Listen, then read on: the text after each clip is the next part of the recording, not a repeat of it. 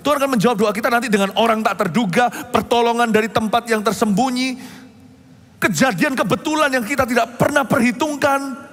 Semua angin seperti bertiup ke kita. Setiap peluru untuk menjatuhkan kita malah jadi peluru keberhasilan. Setiap senjata ditempa melawanmu tidak akan berhasil, tapi malah membuatmu semakin berhasil. Orang yang merombakmu akan lari, tapi orang yang membangunmu akan datang dan mendekat. Lihatlah anak-anakmu akan berkata satu dengan yang lainnya, minggirlah, tidak ada tempat. Anak yang kau sangka hilang, sekarang berebutan tempat. Anda akan lihat di dalam rencana Allah dan dalam menjawab doanya, doa Anda. Cara Allah menjawab doa kita itu nanti melibatkan banyak orang dalam drama penggenapan doa itu.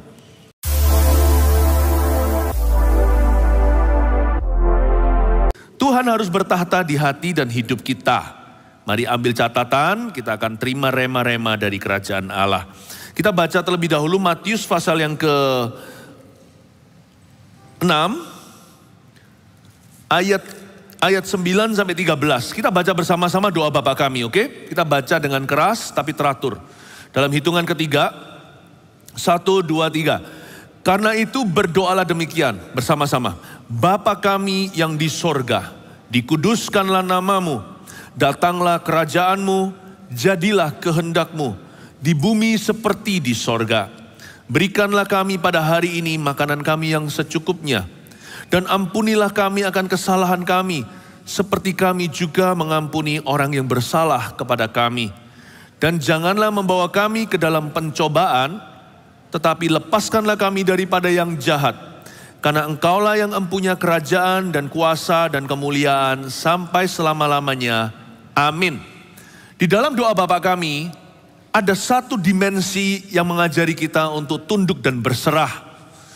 Bahwa Tuhan harus bertahta di hati dan di hidup kita. Kita nggak boleh asal berdoa. Doa itu ada efek sampingnya. Sebenarnya efek utama. Yaitu membuat orang yang berdoa itu tunduk kepada siapa dia doa. Makanya kita nggak boleh sembarang memberi iman kita kepada apapun juga. Apalagi berhala. Sebab kita akan menjadi seperti yang kita sembah. Selain itu, kita akan didominasi yang kita sembah. Kalau yang kita sembah itu salah, kesalahan akan masuk dalam hidup kita. Yang kalau kita sembah adalah benda alias mati ini, benda mati, kita pun akan mengalami kematian rohani jikalau bukan kekeringan saja. Yang kita sembah itu akan memerintah atas hidup kita. Karena yang kita sembah itu kita tuhankan. Sedangkan kita menjadi objeknya.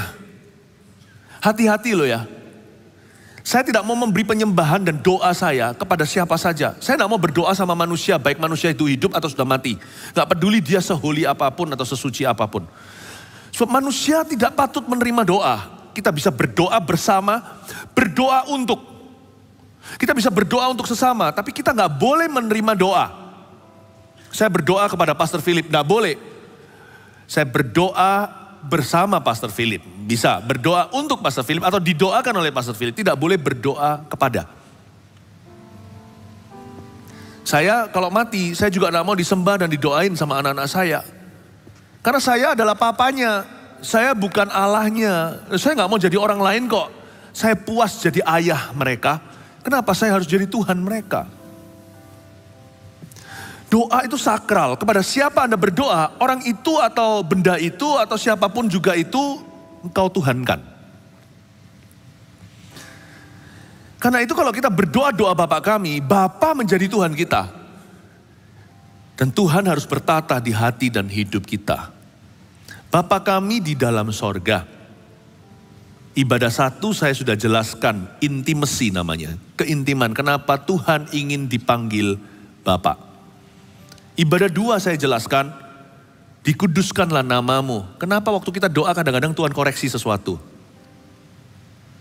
Nah di ibadah sekarang ini, kalau kita doa Bapa kami, gak boleh hanya hafalan. Orang pertama yang diubahkan, bahkan bukan beban doa kita atau bahan doa kita. Bahkan bukan permohonan. Yang pertama-tama mengalami dampak doanya sendiri yaitu orang itu yang mendoakannya. Bapa kami di dalam sorga, dikuduskan namamu. Datanglah kerajaanmu. jadilah kehendak-Mu. Nah, saya fokus di ayat 10 untuk ibadah ini. Yaitu, datanglah kerajaan-Mu, coba katakan datanglah kerajaan-Mu. Katakan jadilah kehendak-Mu di bumi seperti di sorga. Amin. Tuhan harus bertata di hati dan di hidup kita. Nah, waktu kita doa Bapa kami, ada bagian datanglah kerajaan Tuhan. Berarti kita itu gak maha mengerti. Pertanyaannya waktu Yesus ajarkan pada murid-muridnya, kamu kalau doa begini ya, datanglah kerajaan-Mu Bapa. Nah, pertanyaannya, apakah murid-murid itu tahu jelas bagaimana kerajaan Bapa akan datang dalam hidup mereka? Ya kalau kedatangan Tuhan sih gak usah teka-teki. Nanti suatu hari terjadi kita gak tahu kapan. Gak usah orang berkata di sini ada Mesias. Atau di situ ada Tuhan, gak usah. Orang kan melihat Tuhan turun di awan-awan. Malaikat pun bersaksi kepada Rasul-Rasul Yesus Kristus. Waktu Tuhan Yesus naik ke sorga, dengan cara ini nanti dia akan kembali in the same fashion. He will return. Tapi yang dimaksudkan doa Bapa kami ini bukan hanya pernyataan kedatangan Tuhan kedua kali. Tetapi bagaimana Bapa akan ikut campur, turun tangan. Bagaimana Tuhan akan intervensi, interupsi, dia akan hadir tiba menjawab doamu. How does actually the kingdom of God come to you? Bagaimana caranya kerajaan Tuhan itu datang? Nah, di sini kita harus nomor satu, poin pertama tulislah, kita harus percaya. Pokoknya bahwa kehendak Tuhan itu yang terbaik untuk kita. Kita nggak boleh taruh rasa curiga dulu, karena kita nggak maha tahu. Kita nggak tahu nanti gimana doa kita dijawab. Kita nggak tahu nanti persisnya seperti apa. Yang pasti doa itu pasti dijawab. Sekalipun jawabannya tidak, di balik tidak itu ada jawaban lain. Tuhan gak pernah sia-siakan peluru doa. Air mata kita ditabung dalam kirbatnya. Namun demikian, the fashion atau caranya doa itu akan terjawab, kita gak pernah tahu. Seringkali tidak terduga. Jadi kalau kita gak tahu bagaimana caranya doa dijawab, iman harus kita taruh pada Dia yang menjawab doa kita. Bahwa Dia tidak berubah dahulu, sekarang, selama-lamanya, tidak ada pertukaran bayangan. Kita jangan taruh rasa curiga. Pokoknya pegang prinsip ini dulu. Nomor satu, jangan lupa. Pokoknya apa saja yang dari kehendak Tuhan, itu yang terbaik untuk kita. Jangan taruh rasa curiga. Dosa pertama manusia itu bukan ambil buah terlarang. Dosa ke-1 yang masuk ke bumi itu adalah rasa curiga kepada Allah yang gak patut kau curigai. Sebab Dia itu baik adanya. Dia itu sempurna. Moralitasnya Tuhan itu tidak bercacat celah. Tidak ada niat jahat di dalam dirinya. Tidak ada keinginan untuk mencelakaimu. Itu gak ada. Kalau saya sebut di ibadah-ibadah tadi, Tuhan itu orangnya baik banget. Luar biasa murninya, orang tulusnya itu gak ada lebih dari Yesus. Baiknya orang itu gak ada duanya Tuhan. Orang paling baik di dunia yang membuat kita itu jadi rasa sungkan. Gak bisa berbuat jahat. Bahkan penjahat pun sungkan sama dia. Itu orang dibanding Yesus jahat dia. Tuhan itu loh baiknya itu mit-amit. Gak bisa dijelaskan. Ya. Karena itu jangan curiga sama Tuhan. That is the flesh that needs to die, that must die. Itulah kedagingan di dalam hati yang harus mati itu. Kalau kita masih bisa rasa curiga sama Tuhan, berarti kita masih berjarak dengan Dia. Berarti kita masih menjauh. Nggak boleh. Jangan curiga sama Tuhan. Ada kala pikiran-pikiran busuk mulai menusuk. Seringkali pikiran negatif muncul. Nanti kalau dekat sama Tuhan, kalau diizinkan gini gimana? Ya kan, kata diizinkan itu paling bahaya. Itu paling rawan di iman. Kalau diizinkan gimana? Kalau diizinkan gini gimana? Diizinkan gini. Pikiran gitu jangan didebat. Percuma Anda dialog dengan setan. Lebih percuma lagi berdialog dengan pikiranmu sendiri. Karena pikiran kita itu sia-sia. Kalau sampai pikiran-pikiran begitu mengganggu, bagaimana jikalau pasanganku mati? Bagaimana nanti jikalau orang tuaku mati? Bagaimana jikalau itu gak usah dijawab sih. Sebab kalau kita menjawab akan ada pertanyaan berikut. Dan itu gak akan selesai-selesai. Jadi kalau ada perang pikiran, jawabannya satu aja. Jangan menjawab, make a statement, buat pernyataan iman. Jangan dialog sama setan. Kalau mau, bicara sama Tuhan. Pokoknya Tuhan, Father God, kita harus bisa berdoa begini kalau doa Bapa kami. Kita bisa menyebut Dia Bapa. Father God, Allah Bapa. Apapun juga yang datang dari engkau pasti yang terbaik untuk saya. Tutup perdebatan, tidak perlu diskusi. Bungkam mulut setan yang membisikkan macam-macam di dalam pikiran hingga depresi. Overthinking itu bahaya. Kalau kita nggak bisa jawab dengan lagu, setan paling takut kalau kita nyanyi. Jikalau memang di dalam rencana Allah itu ada ujian iman. Kalau Tuhan izinkan, saya nggak curiga, pasti ada kebaikan. Saya nggak perlu mengerti sekarang, makanya orang benar hidup dari iman. Asal bukan karena salah saya loh ya, saya digebukin satu kampung karena saya curi ayam, yaitu salahku. Ya kan? Keluarga saya hancur karena perzinahan atau perselingkuhan, itu salah Anda, salah kita.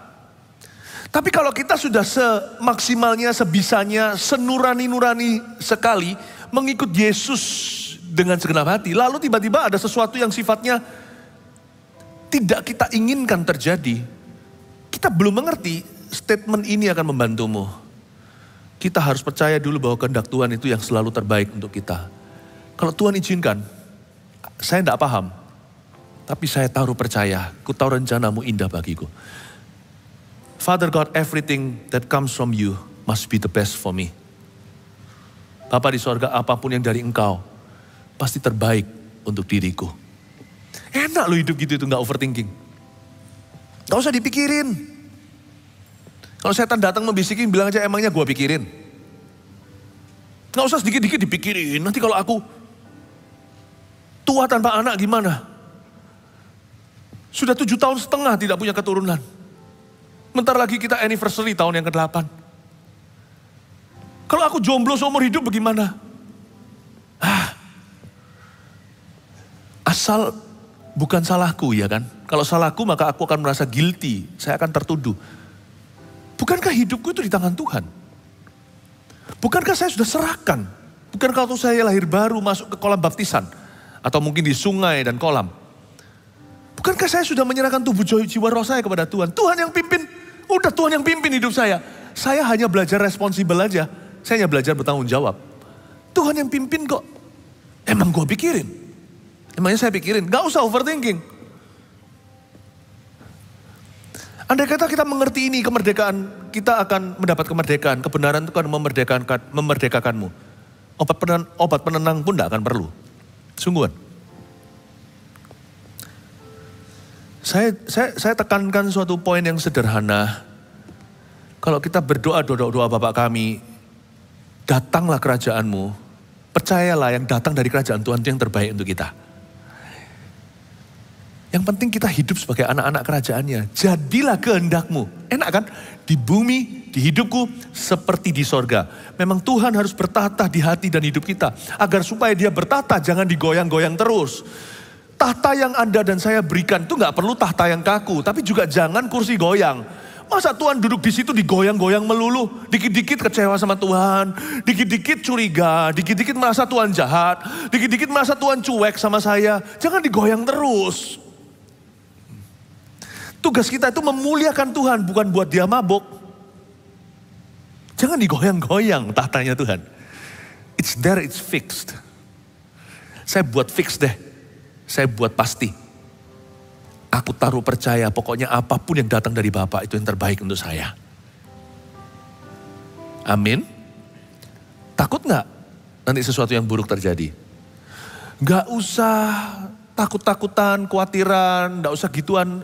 Hidup itu sudah ada pencobaannya. Bahkan tiap hari ada bagian dan porsi. Makanya ada pepatah, kesusahan sehari untuk sehari.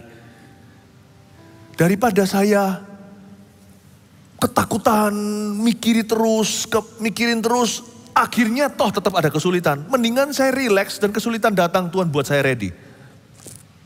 Kalau saya punya iman pada Tuhan bahwa semua yang terjadi di hidup saya itu, selama saya itu hidup di dalam Kristus, tidak usah sempurna. Selama saya itu mau dikoreksi sama Tuhan, tenanglah, Allah bekerja sama, Roma 8 katakan. Dalam segala perkara baik yang baik maupun yang kelihatannya buruk untuk mendatangkan kebaikan untuk kita. You've got no other God, you've only got a good God. Kita tidak punya Allah yang lain, Allah kita hanya satu, Allah yang baik itu. Sayang ya jadi orang Kristen tapi kepikiran. Itu sama seperti jadi microwave tapi nggak bisa memanasi apa-apa. Itu sama dengan menjadi matahari nggak bisa bersinar. Kalau kita itu jadi orang Kristen, tapi terus kepikiran, sayang sekali. Karena orang Kristen itu supposedly orang yang paling happy di dunia ini. Makanya lagu sekolah minggu itu ada kebenarannya, happy ya, happy ye, saya senang jadi anak Tuhan. Memang gak semulus itu, siang jadi kenangan, malam jadi impian. Tapi melalui apapun juga cintaku akan semakin mendalam. Tapi betul loh lagu itu. Orang yang paling bahagia itu seharusnya adalah anak-anak Tuhan. Karena sukacita itu adalah buah anak-anak Tuhan. Orang dunia hanya tahu happiness. We know joy. We have joy. Rejoice, kata Paulus, bersukacitalah, sekali lagi katakan bersukacitalah, Tuhan sudah dekat. Biarlah kebaikan hatimu diketahui semua orang. Dengan kata lain, biarlah hatimu tahu Allah yang baik itu selalu besertamu. Tuhan harus bertata di hati dan hidup kita. Supaya dia bertata di atas hati, di dalam hati kita. Kita gak boleh naruh rasa curiga. Jangan taruh Tuhan di kursi goyang. Ditata itu dia harus tetap. Sekalipun daging dan batinku habis lenyap, gunung batuku ialah, dan kekuatanku ialah Allahku. 1.000 orang rebah di sebelah sisiku, 10.000 di sebelah kananku. Tapi aku tahu, Tuhanku gunung batuku. Tak pernah ku melihat orang benar ditinggalkan Tuhan dan keturunannya minta-minta roti. Ini yang bisa kukatakan pada generasi berikutnya. Yaitu Allahku adalah gunung batuku. Dia menggendongku ketika rambutku beruban. Tuhan tak pernah meninggalkan. Orang ikut Yesus itu ada bahasa Chinese-nya. Catatlah, hoki. Ini mau Chinese New Year kan? Saya definisikan hoki sebenarnya. Orang hoki itu adalah orang yang beruntung atau orang yang lucky. Adalah orang yang mengenal Kristus. Happy is the people that is in such a case whose God is the Lord. Berbahagialah umat atau bangsa yang demikian keadaannya. Yang Tuhan adalah Allahnya.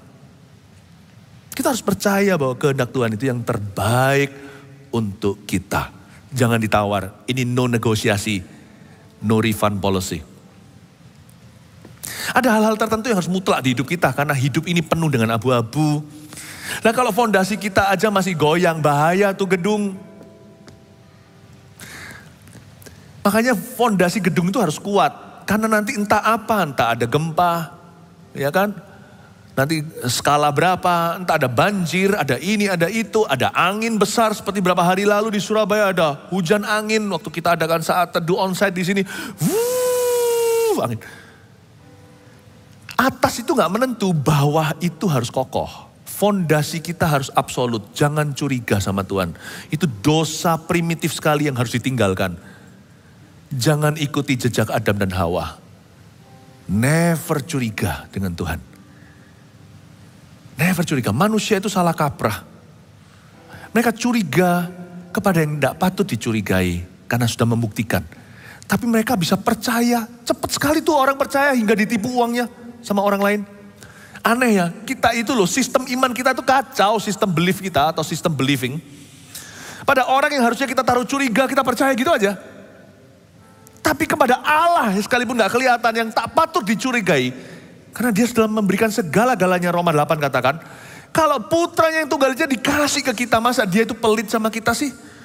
Jadi kalau dia ulur itu, seperti berapa lama yang lalu waktu di saat teduh saya pernah khotbahkan. Sebuah renungan. Di saat teduh bukan ya? Oh bukan, di Surabaya Selatan. Ada sih di uploadan.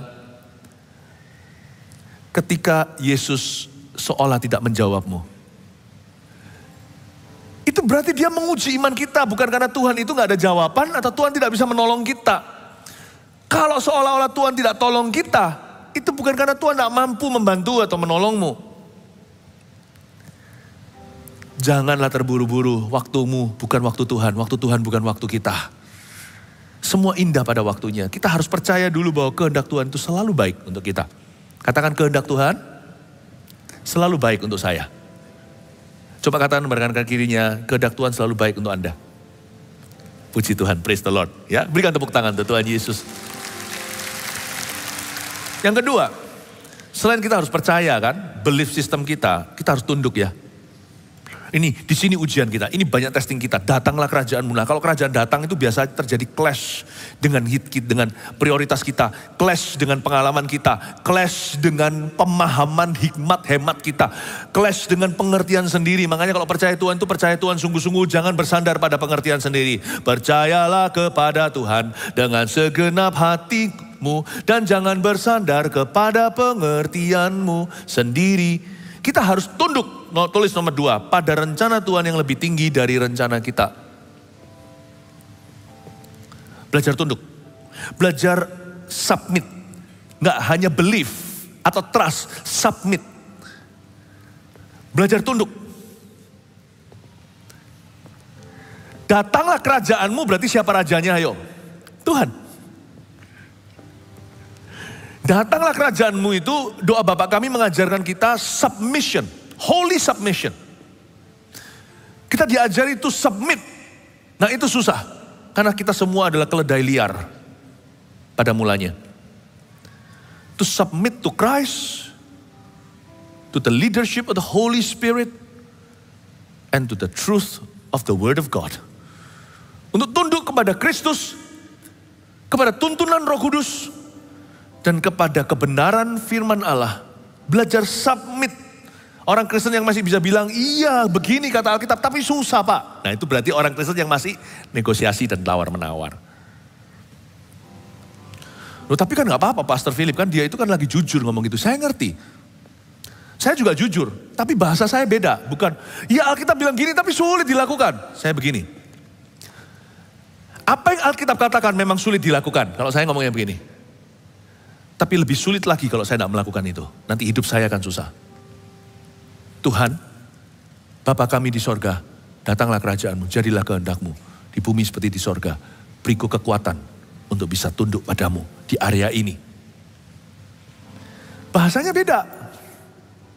Bahasanya beda. Nah, doa Bapa kami mengajarkan kepada kita lebih dari sekedar sebuah doa, tetapi memperkenalkan kita pribadinya. Dan bagaimana kita bisa berhubungan level sama Tuhan. Bukan hanya kita harus percaya pada kehendaknya, bahwa kehendaknya yang terbaik. Tapi kita harus tunduk pada rencananya. Rencananya. Nah, tunduk pada rencana Tuhan itu tidak selalu dalam bentuk sebuah kelakuan atau perbuatan. Dimulai dengan sebuah attitude atau sikap hati. Dan sikap itu adalah iman. Makanya di Yeremia 29 ayat 11 munculkan aja di depan sini, gak usah dibuka. Ada firman seperti ini. Karena aku tahu, sebab aku ini mengetahui rancangan-rancangan apa yang ada padaku mengenai kamu. Demikianlah firman Tuhan, yaitu rancangan damai sejahtera dan bukan rancangan kecelakaan. Untuk memberikan kepadamu hari depan yang penuh pengharapan. Ditahan. Ayat ini untuk orang yang lagi baik-baik, ditanya, how are you? I'm fine, thank you. Sweet, kedengaran manis di telinga. Tapi orang yang mengalami sesuatu yang buruk dalam hidupnya, ayat ini akan jadi struggle. Akan menjadi pergumulan mereka untuk percaya. Masa? Buktinya loh aku celaka. Tapi di sini dikatakan sebab aku ini mengetahui rancangan apa yang ada pada Tuhan mengenai saya. Demikian firman Tuhan, rancangan damai sejahtera bukan rancangan kecelakaan. Untuk memberikan kepadaku hari depan yang penuh pengharapan. Bisakah saya damai dengan keadaan yang saya hadapi sekarang? Rancangan damai sejahtera itu in the now atau sekarang, bukan rancangan kecelakaan. Untuk memberikan kepadamu hari depan yang penuh harapan ini adalah future tense atau kalimat masa depan. Coba bayangkan, bedakan. Tidak apa-apa, ini matikan dulu. Dalam bahasa Inggris kan ada past tense, future tense. Do, did, done. I do this. Yesterday I did this. Oh, I have done this. Bahasa Inggris kan ada future tense atau kata masa depan. Contohnya apalagi? Eat. Would you like to eat this? Maukah Anda makan ini? Kan belum terjadi. Makan. Kalau kemarin saya makan durian, I ate a durian yesterday. Kalau sudah terjadi, ya, I have eaten your durian, I'm sorry. Aku udah makan duriannya, sorry ya honey. Gak tak sisai. Ya, ini tadi itu ada dua macam bahasa. Satu bahasa now. Rancanganku rancangan damai sejahtera. Seolah-olah Tuhan tanya, kondisimu sekarang nih loh. Kalau fine-fine saja gak apa-apa, oke-oke aja sih. Damai sejahtera, amin, gampang. Tapi kalau kita ngalami susah, bisakah kita damai dengan sebuah pengetahuan Allah punya rancangan baik melalui ini? Susah loh itu. Biasanya kita kalau kasih ayat gini pada orang baik-baik, mereka terima dan welcome. Tapi kepada orang susah, bisa dibentak kita. Nggak percaya. Tuhan bohong. Dan Tuhan suruh kita tunduk waktu kita. Tunduk pada kebenaran firman, bukan pada perasaan. Bahkan perasaan kita menentang pun kita harus tunduk pada firman.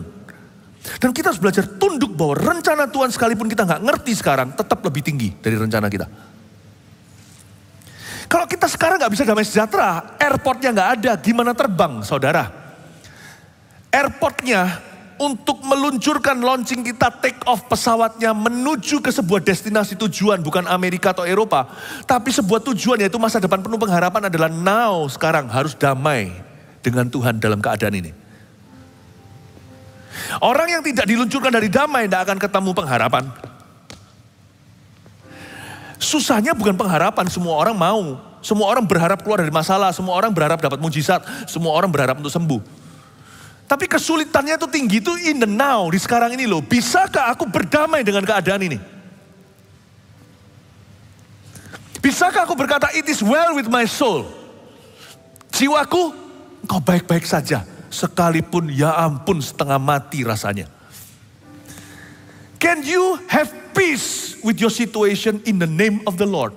Bukan berarti menerima keadaan itu, ya sudah aku sudah jatuh dalam dosa. I have peace kok, ngawur itu ya kan. Yang harus diubah ya harus diubah. Yang harus berubah. Tapi kalau itu tidak dalam kapasitas kita untuk mengubahnya, bisakah Anda berdamai dan berkata di masa kini, Tuhan punya rencana. Orang yang gitu biasanya sebentar lagi akan seperti ketapel atau seperti panah busurnya ditarik ke belakang, muncul. Itu biasanya, saya beritahu ya, airport berikutnya yang Anda akan singgah, transit destinasinya adalah masa depan penuh pengharapan. Tapi untuk damai in the now itu susah. Tunduk, belum sampai ke perbuatan, sikap hati percaya aja, sulitnya tingkat tinggi. Biasanya orang untuk menunjukkan bahwa itu sulit untuk dicerna adalah mereka mundur dari Tuhan. Mereka sudah gak pelayanan. Pokoknya mau menunjukkan strike gitu, ada demonstrasi melawan Roh Kudus. Orang Kristen paling ahli gitu-gitu, lalu tiba-tiba ngilang. Lalu tiba-tiba mundur. Tiba-tiba lenyap dari peredaran. Seperti mau menunjukkan bukan hanya pada Tuhan, tapi kepada gereja, kepada saudara seiman, kepada keluarganya. Aku ngambek sama Tuhan.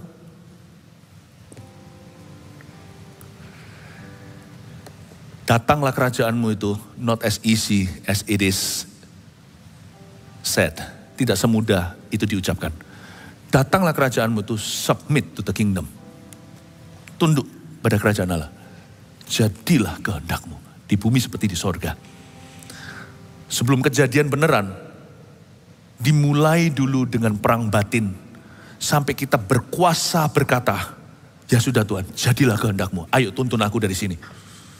Wow. Yesaya 55 ayat 8-9 muncul kan.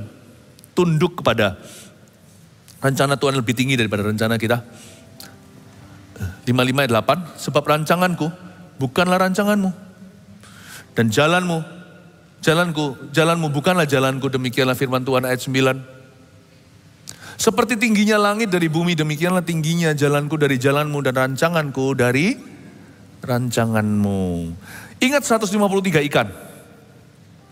Cerita ini klasik sekali, tapi coba saya jelaskan. Apa maksudnya tunduk pada rencana Tuhan? Untuk kita sekarang percaya Yesus itu lebih gampang daripada Petrus. Karena Petrus lihat Yesus secara manusia. Petrus lihat Tuhan Yesus lelah. Gak gampang loh. Percaya Yesus itu gampang-gampang susah. Bagi kita itu plus minus ya. Orang yang kadang-kadang kita mengandai-andai, andai kata dulu ya, aku tuh bersama dengan rombongan Yesus di kitab Injil, aku lahir 2000 tahun yang lalu, kan lebih gampang percaya Tuhan. Nggak tentu. Nggak tentu, sungguhan. Ada tantangannya sendiri, misalnya Yesus ditangkap. Anda nggak lari gitu? Jangankan ditangkap. Seorang yang kena jerat hukum aja, supaya Anda jangan kena, bisnisnya Anda bisa hengkang kok. Dan mengamankan diri ini, Yesus dimusuhi satu jagat raya. Mau disalibkan sebelum zamannya pri kemanusiaan. Pasti kita mengalami kesulitan tersendiri yang tidak relevan hari ini. Makanya itu murid-murid lari, salah satu murid itu lari telanjang loh. Karena ditangkap itu dia pergi dengan naked, dia lari. Tapi sekarang kan beda tantangannya. Mana lebih susah? Tantangan ikut Yesus dulu dengan sekarang sama-sama ada susahnya. Sama-sama. Ya. Nah, sekarang itu untuk percaya Tuhan lebih susah, Pastor Philip. Karena percaya Tuhan dulu itu kan kita lihat langsung mujizat ya kan. Wah, bayangin lihat Lazarus itu, wow, kita langsung percaya. Sekarang kan kita nggak lihat. Sekarang kan kita lihatnya melalui hamba Tuhan, pendeta, gereja. Kan lebih gampang, lebih susah. Nggak juga sih. Kadang-kadang saya pikir malahan lebih gampang untuk percaya sekarang. Daripada Petrus percaya waktu Yesus kasih instruksi, kamu tebarkan di sebelah kanan. Mau tahu kenapa? Karena bagi Petrus, untuk percaya itu, di masa-masa Yesus itu mereka belum pasti di hati ini bangkit atau enggak, atau gimana. Enggak jelas kan, itu Yesus atau enggak di tepi pantai itu. Perasaan sih deja vu, kayak seperti bahasa Perancis itu rasanya kok pernah terjadi.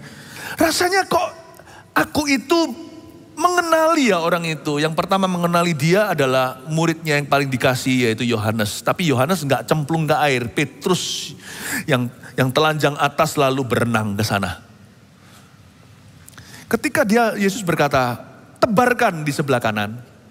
Padahal sehari-harian mereka itu menangkap ikan semalaman tidak dapat. Sulit loh ya. Sekarang kita kan gak lihat profesi Yesus. Kita kan langsung aja taunya Yesus itu juru selamat. Yesus juru selamat datang di Bethlehem. Langsung Injil kita terima. Petrus tuh lihat workshopnya Tuhan Yesus carpenter itu. Petrus tuh tahu pastilah pernah ketemu sama ibu Yesus dan keluarganya. Lebih gak gampang percaya seorang nelayan lihat tukang kayu lalu ajari kita gimana mancing ikan. Gak semua pengusaha terbuka kalau pendeta kasih masukan. Kadang-kadang kalau saya sebagai hamba Tuhan memberi masukan bisnis, padahal saya nggak tahu bisnisnya, tapi mungkin lewat pewahyuan saya beritahukan. Itu pun sampai nanti konsultan profesional memberitahumu hal yang sama baru Anda melakukan sesuatu. Nggak gampang. Di sini bedanya kan nggak lihat Yesus, jadi nggak tahu apa ini Yesus atau bukan. Yang sana lihat Yesus lebih gak gampang lagi. Lihat loh itu tukang kayu. Tukang kayu. Dengan attitude sikap hati yang sekarang dimiliki oleh banyak orang yang sudah mulai berusia, kita kadang-kadang sering meremehkan anak-anak muda. Sesungguhnya loh, untung kita itu tidak hidup di zaman itu kalau kita punya sifat begini. Bisa-bisa kelihatan Yesus kita kecewa. Loh Allah kok sekia. Yesus tuh umur 30. Tuhan Yesus saat itu 18 tahun lebih muda dari saya. Di Yohanes pasal 10 dia ajarkan akulah gembala yang baik. Nikodemus untungnya, Nikodemus ada perkecualian. Ada orang tua yang berkata, aku rasa bicara ini bukan anak muda. Ini ada Allah yang terjebak dalam tubuh seorang manusia. Yesus itu kan the God man. Tapi orang lain mungkin rasa, kamu anak muda. Jadi hari ini orang-orang yang berkata, aku percaya Yesus. Itu belum tentu teruji kalau Anda 2000 tahun lalu hidup saat itu. Anda lihatlah anak muda. So sekarang aja mungkin orang bicara ke dalam hidup Anda aja mungkin sebagian kita itu nggak terima. Kita maunya yang bicara ke hidup kita itu orang-orang dengan taraf tertentu atau usia atau pencapaian dan sebagainya. Kita pilih-pilih andai kata kita yang gitu itu hidup di zaman Yesus dulu udah kecewa sama anak manusia. Sacap loh. Kalau hari ini saya sama-sama hidupnya 2000 tahun lalu saya di usia ini Yesus panggil saya apa? Ko Philip. Tapi saya tahu Yesus itu bukan anak manusia saja, anak Allah. Andai kata saya umur 48 saat itu, sekarang ketahuan usia saya. Kalau Yesus saat itu, kalau saya menilai manusia tidak lagi seperti kata Paulus, aku tidak menilai dengan manusiawi, aku menilainya sekarang dengan sudut pandang kerohanian, Roh Kudus yang beritahu aku, orang adalah apa di hadapanku? Orang ini adalah siapa? Pada saat itu kalau saya ketemu Tuhan, jika hati saya tetap beres dan benar seperti sekarang misalnya, saya pasti tersungkur umur 48, di kaki seorang umur 30 dan berkata, Lord, my Lord, Tuhanku. Sedangkan kita sekarang aja ditaruh CGL di atas kita lebih muda aja, kita nggak bisa. Jangan-jangan sama Yesus juga gitu, saya kian itu. You cannot, tidak bisa menilai orang dengan jasmani. You have to know the world of the anointing. Dunia rohani. Jadi sekarang coba saya kasih sedikit, saya mencoba membangun sebuah poin di sini. Bahwa untuk seorang Petrus tunduk, tidak segampang itu lemparkan di sebelah kanan menuai 153 ikan. Tidak gampang. Dia penuh pergumulan batin semalaman. Dia belum pasti ini itu, ada banyak hal yang membuat murid-murid ini gelisah kembali memancing. Tiba-tiba Tuhan itu pun samar. Kalaupun dia tahu tuh Yesus, mereka masih belum pasti. Apa Yesus ini, ada banyak rasa percaya mereka itu digoyang. Lalu Tuhan berkata, kamu mau pakai caramu atau mau pakai caraku? Kalau caraku, cara tukang kayu, tebarkan di sebelah kanan. Semalaman gua gak dapat ikan.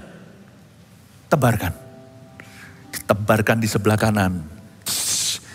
Dengan tangan kidalnya yang bukan menjadi tangan utama atau tangan kekuatan. Segala sesuatu itu kelemahan di sisi mereka. Tuhan bilang sama dia, kamu percaya saja. Orang ini pakai uang, ini money politik, ini pakai cara ini, pakai koneksi. Tuhan bilang percaya saja. Yang benar Tuhan. Masa aku gak nyoba ini, gak nyoba itu. Tinggal diam dan percaya. Be still and know that I am God. Diamlah dan ketahuilah bahwa aku adalah Allah. Gak bisa. Petrus juga sama, pergumulan batin. Iya enggak iya.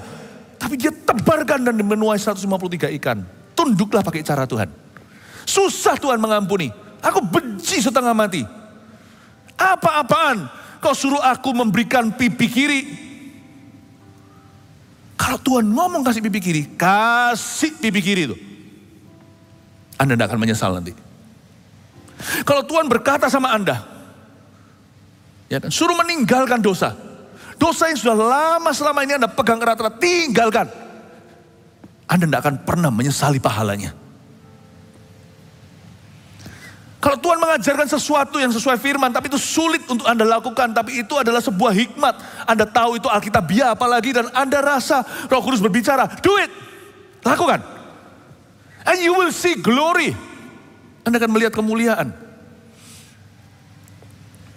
Tunduk pada rencana Tuhan yang lebih tinggi. Karena kita berkata, ya Tuhan, aku gak bisa lo jadi pemimpin Tuhan, gak bisa jadi pemimpin. Tapi kalau ada ditunjuk, bukan ambisi lo ya. Ada orang yang menawarkan diri, tapi ada orang itu yang dipercayai. Percayalah. Percayalah. Tunduk pada rencana Tuhan yang lebih tinggi. Anda akan terkejut. Waktu pertama kali saya disuruh memberitakan Injil juga sama. Aduh Tuhan. Aduh. Rasanya itu bisa gak ya? Grogi aku. Tapi saya melihat kemuliaan Allah. Amin Bapak Ibu Saudara. Sebuah prinsip Anda pegang. Kita harus tunduk pada rencana Tuhan. Datanglah kerajaanmu itu penundukan. Jadilah kehendakmu. Your will. Ini kan ada miripnya sama Getsemani. Doa di situ. Doa di Getsemani apa? Father God, Father let thy will not my will. Let thy will not mine be done. Biarkan kehendakmu bukan kehendakku, yang jadikan mirip kan. Yesus mendoakan, ngajari murid-muridnya doa Bapa kami, datanglah kerajaanmu, jadilah kehendakmu di bumi seperti di sorga. Kita diajari sama Tuhan Yesus, bahwa kalau kita mau betul-betul sukses caranya Tuhan, di dalam kehidupan ini, dalam kehidupan kelimpahan, bukan bicara soal materi loh ya. The fullness of life yang dikatakan yang dinubuatkan, yang dijanjikan oleh Tuhan di Yohanes 10, gembala yang baik, gembala adalah pintu. Dan gak bisa, bukan Tuhan yang nurut sama dirimu, tapi kita yang harus nurut sama Tuhan. Datanglah kerajaanmu, jadilah kehendakmu, bukan kehendakku. di bumi seperti di sorga. Jangan doa gini, bukan kehendakmu tapi kehendakku yang jadi. Doalah begini tapi, jadilah kehendakmu, bukan kehendakku di bumi dan di sorga. Kalau Anda ikut ya, oh haleluya. Andai kita nurut, serba cepat bukan berarti kita mulus tidak punya masalah. Tapi kita akan melihat glory to greater glory, kemuliaan pada kemuliaan yang lebih besar. Kemenangan demi kemenangan akan terjadi. Meskipun di tengah-tengahnya selalu ada salib besar, salib kecil. Kita harus pikul. Tapi akan ada glory, akan ada victory, akan ada kemenangan, akan ada kemuliaan. Kita harus tunduk pada rencana Tuhan. Dan waktu kita berdoa, Bapa datanglah kerajaanmu, jadilah kehendakmu. Poin ketiga, kita harus belajar taat di hidup. Setelah berdoa dan percaya di hati. Nah ini follow up-nya. Doa Bapak kami itu gak selesai dengan amin. Amin selesai doanya, perbuatannya langsung menyusul. Kita harus belajar taat di hidup. We must learn to obey in life after we believe in our heart. Kita mesti belajar taat di hidup setelah kita berdoa dan percaya di hati. Segeralah follow up doamu. Bukan jawabannya Tuhan yang menjawab. Tapi segeralah follow up doa sendiri. Lewat keseriusan untuk mentaati firman Tuhan. Doa tanpa ketaatan sama dengan iman tanpa perbuatan. Sami mawon, sama-sama mati. Kita harus belajar taat di hidup setelah berdoa dan percaya di hati.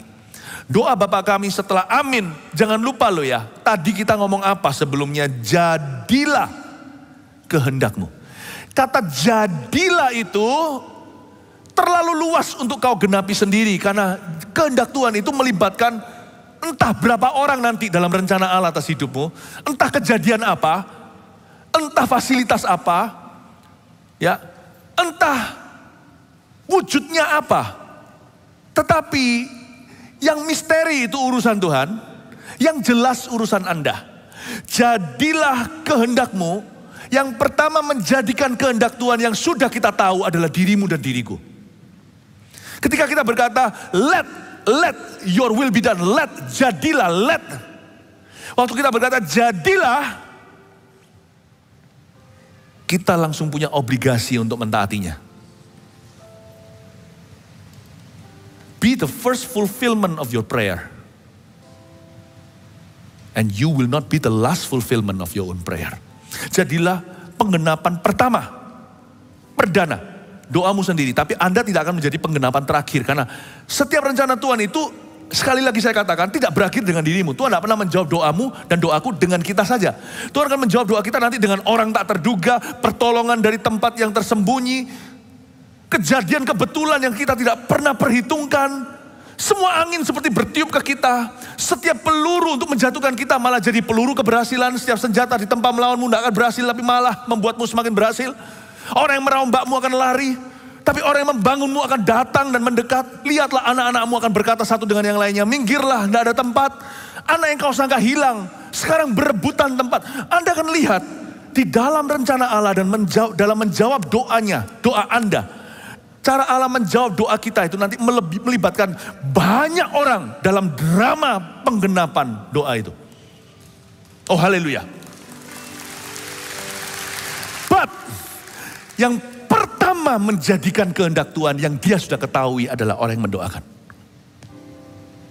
Jadilah kehendakmu. Kata jadilah itu kembali ke kita. Boom.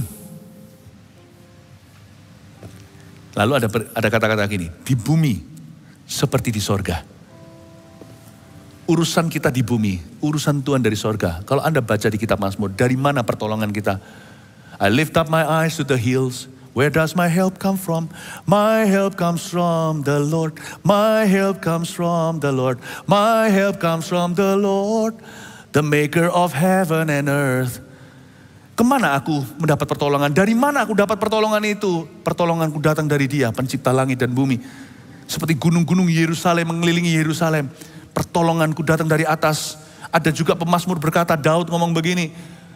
Engkau mendengar doaku dan menilik sengsaraku dan engkau menekukkan langit. Dari atas sana engkau menggapai aku dan engkau rescue atau menolong aku. Nanti akan ada hal-hal yang turun dari sorga. Bukan dalam bentuk merpati atau apa, tapi ada pertolongan-pertolongan yang di luar jangkauanmu.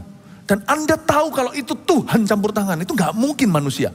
Meskipun pakai tangan manusia, burung gagak pun bisa, keledai pun bisa bicara. Tuhan akan pakai berbagai macam cara. Siapa bilang Tuhan hanya memakai burung merpati?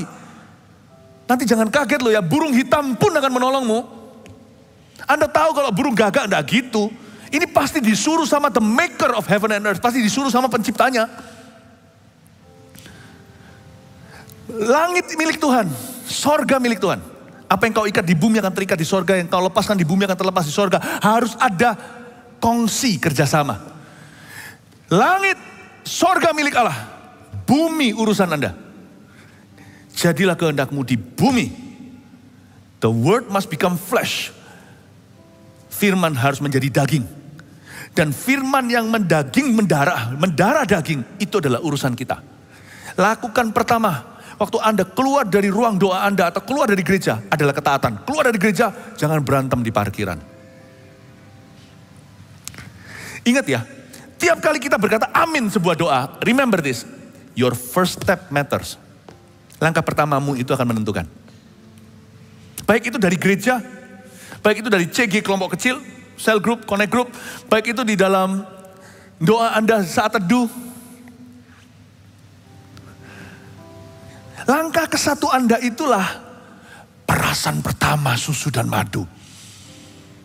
Saya kalau suka minum susu ya saya kangen sama susu di Israel. Saya suka sekali susu coklat. Ya, kopi saya nggak minum kopi sekarang supaya tahu.